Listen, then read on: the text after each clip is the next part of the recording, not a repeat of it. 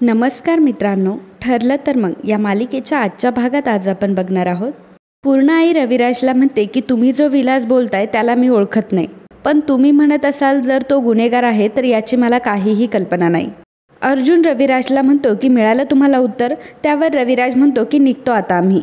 या रविराजला म्हणते की बाबा मी जरा वेळ पूर्ण आजीजवळ थांबू का, म्हणजे मला तिची ही अवस्था बघवत नाहीये. रविराज प्रियाला म्हणतो की नको, निघ टापोटाप, आणि मग दोघेही तिथून निघून जातात. अर्जुन पूर्ण आजीला आधार देत असतो आणि तो म्हणतो की मी तुला म्हटलं होतं ना की सिनियर खूप बदललाय, त्याच्या मुलीमुळे तो खूप बदललाय.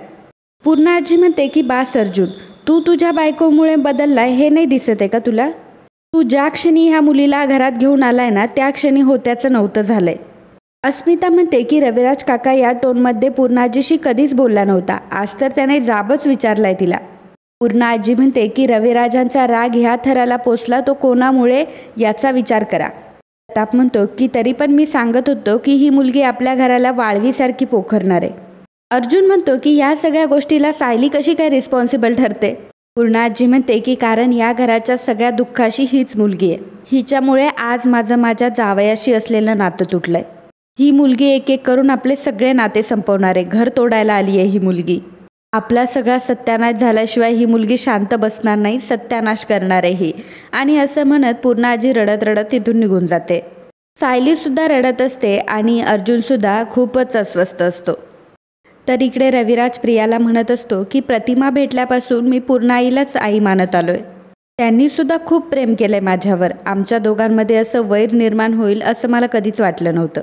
दोन घरातला जिव्हाळा प्रेम असं हवेत उडून जाईन असं स्वप्नात सुद्धा वाटलं नव्हतं. आतमध्ये जाऊन मला काय काय बोलावं लागलं. प्रिया म्हणते की पण बाबा तुम्ही काहीच चुकीचं बोलला नाहीत आणि पूर्ण आजीसुद्धा चुकीची नाहीये. त्या सायलीला माझं सुख बघवत नाही म्हणून होतं हे सगळं. अर्जुनला जाळ्यात ओढून तिचं समाधान झालं नाही, मग अशी ठिणग्या टाकत राहते आणि पेटवत राहते. वर चेहरा तर असा साधा भोळा की एखाद्याला वाटेल की हिनं काही केलंच नाहीये. रविराज म्हणतो की नाही, पण आमच्या दोघांचे संबंध एवढे टोकाचे बिघडायला नको होते. आज हे सर्व बघायला प्रतिमा इथं नाहीये ते बरंच आहे. त्याचंच प्रियाचं लक्ष प्रतिमाच्या फुटलेल्या फ्रेमवर जाते. प्रिया नाटकं करायला सुरुवात करते आणि म्हणते की बाबा आईच्या फोटोला तडा कसा काय गेला. बापरे. विराज म्हणतो की बाळा मी काल ह्या फोटोसमोर माझं मन मोकळं करत होतो तेव्हा अचानक काच तडडली. क्षणभर मला असं वाटलं की प्रतिमा मला काहीतरी संकेत देते की काय. प्रिया म्हणते की बाबा मला तर असं वाटतंय की अपशकुनच झालाय. सायलीचं आणि अर्जुनचं जेव्हा लग्न झाले ना तेव्हापासून हे असे अपशकुन मिळतातच आहे. बाबा आई जिथे कुठे असेल तिला या सगळ्यापासून त्रास होत असेल का हो. मला माहिती आहे की तुम्हाला या सगळ्याचा खूपच मनस्ताप होतोय. बाबा मी एक काम करते, मी ह्या फोटोला काच बसवून आणते. रविराज म्हणतो की अगं मग त्या काचावाल्या माणसाला आपण घरीच बोलावून घेऊ ना. प्रिया नाटकं करत म्हणते की नाही मी आता जास्त वेळ आईला असं नाही ठेवू शकत. बाबा मी आत्ताच्या आत्ता जाते आणि काच बदलून घेते. आणि मग प्रिया तिथून निघून जाते. तर इकडे सायली खूप रडत असते. आज घडलेला सर्व प्रकार तिला आठवत असतो. ती खूप रडत असते. कपाट उघडते आणि त्यातून मधुभाऊंचा शर्ट काढते आणि शर्टला कवटाळून खूप रडत असते आणि म्हणत असते की मधुभाऊ आज मला तुमची खूप आठवण येते. तुमच्या कुशीत शिरून रडावंसं वाटतंय. मधुभाऊ जे काही माझ्या समोर येत आहे ना हे नशीब समजून मी विसरण्याचा प्रयत्न करते, पण मला मात्र आता हे असह्य होते आणि मला हे अजिबात सहन होत नाही आहे. ह्या घरात माझ्यामुळे वाद होत आहे, ह्या घरात माझ्यामुळे नाती बिघडत आहे. पण मी हे लग्न फक्त तुम्हाला सोडवायला केलं हे मी कसं कोणाला सांगू. मधुभाऊ मला पूर्ण आजी आणि रविराज सरांचा त्रास कळतोय हो. मला हे सगळं कळते, पण मी त्यांना हे कसं पटवून देऊ की मी हे घर तोडायला आली नाही आहे. मला काही कळतच नाही आहे की मी काय करू. शेवटी मी माणूस आहे मधुभाऊ. मला वाटते की मी कधीतरी कोलमडून पडेल. मी काय करू मधुभाऊ मला सांगा. सायली ही खूप रडत असते. तर इकडे प्रिया ही फोटो घेऊन चाललेली असते. तेवढ्यात नागराज तिला थांबवतो आणि म्हणतो की काय आहे हे. प्रिया म्हणते की फोटोची काच बदलवायला चालली आहे. नागराज म्हणतो की काय झालं. प्रिया म्हणते की तुमचा भाऊ फोटोसमोर गळे काढत होता तेव्हा अचानक फुटली म्हणे. तुमची वहिनी प्रतिमासुद्धा खूप सॉलिड आहे बरं का. तुमच्या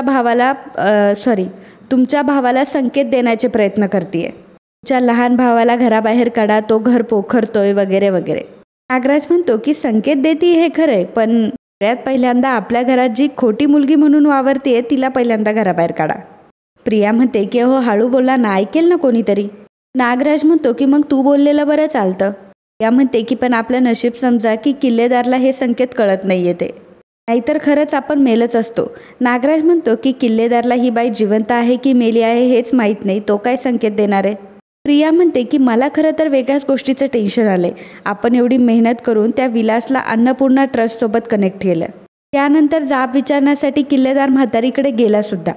मग काय, म्हातारी इमोशनल झाली आणि किल्लेदार ठोस.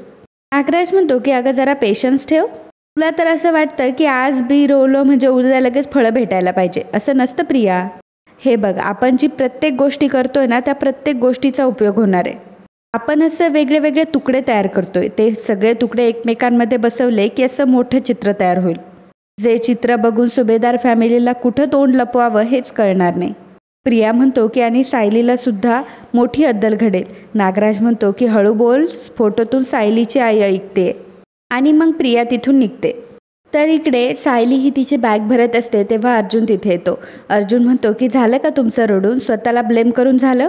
तुमच्या रडण्याला डिस्टर्ब व्हायला नको म्हणून मी स्टडी रूममध्ये बसलो होतो.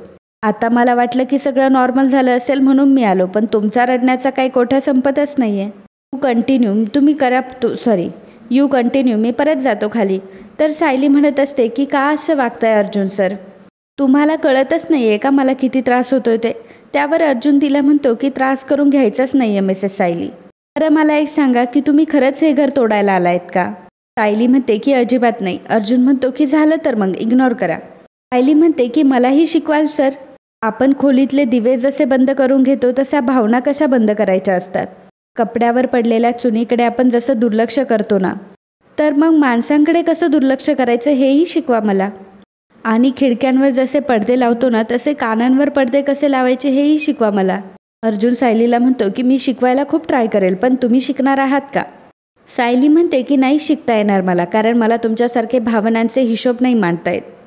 आणि माझ्या काळजाच्या जागी दगडसुद्धा नाही. मी एक माणूस आहे आणि मला एक मनसुद्धा आहे. त्या मनाला खूप गोष्टी रुजतात, डोळ्यातून अश्रू येतात, ते कसे थांबवायचे सर? अर्जुन म्हणतो की मग रडत बसा तुम्ही. पूर्णाजी रोज तुम्हाला काहीतरी बोलणार आणि तुम्ही रडत बसा. कधी रविराज किल्लेदार येणार, कधी तन्वी किल्लेदार येणार. तुम्ही रोज त्यांचं बोलणं मनाला लावून घेत जा. तुम्हाला काय वाटतं मला हर्ट होत नाही? रविराज किल्लेदारसोबत माझा कसा बॉन्ड होता हे तुम्हाला चांगलंच माहिती आहे. आज जे काही झालं त्यामुळे मी हर्ट झालो नसेल का? पण मला हे कळतं की आपण त्यातून लवकरात लवकर बाहेर पडायला हवं. मिसेस सायली, आपण लोकांचं वागणं चेंज करू शकत नाही, पण त्या लोकांच्या वागण्याची रिॲक्शन चेंज करू शकतो. हा माझा लाईफचा सिम्पल फॉर्म्युला आहे. सायली म्हणते की एवढं सगळं झालं असताना सुद्धा शांत कसं राहायचं मला शिकवा ना सर. जाऊ द्या मिसेस सायली, तसंही तुम्हाला कुठे आयुष्यभर यांनाच झेलायचं आहे. 1 वर्षासाठी गुंतवणूक केली आणि मोडून टाकली, हे मला नाही होते सहन सर. आणि अस्मिता हे सगळं बोलणं ऐकत असते. सायली अर्जुनला म्हणत असते की तेवढ्यापुरती नाती कशी जोडली जातात हे मला माहीत नाही, आणि तुम्ही जे मला सांगताय ना ते मला जमणारच नाही सर. अस्मिता मनात विचार करते की यांचं नक्की काय चाललंय. 1 वर्षाची गुंतवणूक, 1 वर्षाची नाती, हे सर्व काय आहे? सायलीला आमच्याशी लाईफ टाईम डील करायचं नाही म्हणजे?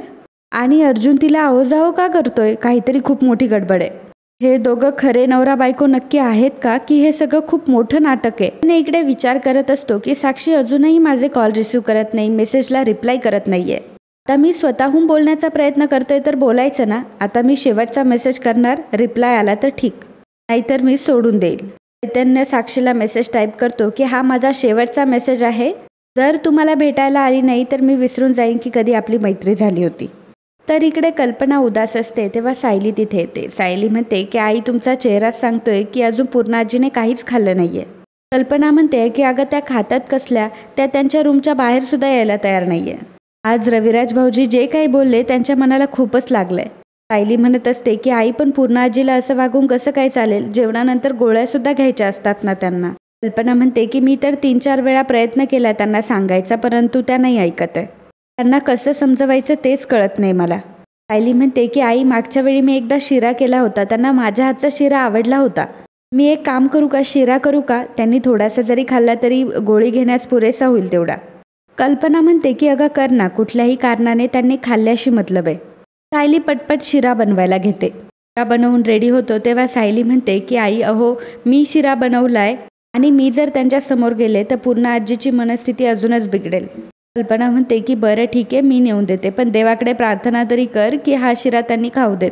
कल्पना शिरा देण्यासाठी जाते तर सायली देवाच्या पाया पडत असते.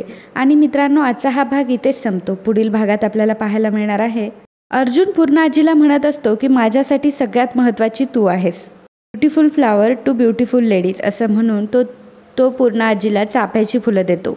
चाफ्याची फुलं बघून पूर्ण आजीला खूप आनंद होतो. पूर्ण आजी म्हणते की तरी पण मी मगाच्यापासून म्हणते की चाफ्याचा सुगंध कुठून येतोय. ह्या खोलीभर जरी हा दरवळ पसरला ना तरी मन नाही भरत. अर्जुन म्हणतो की पूर्ण आजी ॲक्च्युली चाफ्यांच्या फुलांची आयडिया माझ्या बायकोची होती. तर मित्रांनो, असेच ठरलं तर मग या मालिकेचे अपकमिंग एपिसोड बघण्यासाठी आत्ताच आपल्या चॅनलला सबस्क्राईब करा. आणि आजचा हा भाग तुम्हाला आवडला असेल तर व्हिडिओला लाईक आणि कमेंट करायला अजिबात विसरू नका. धन्यवाद.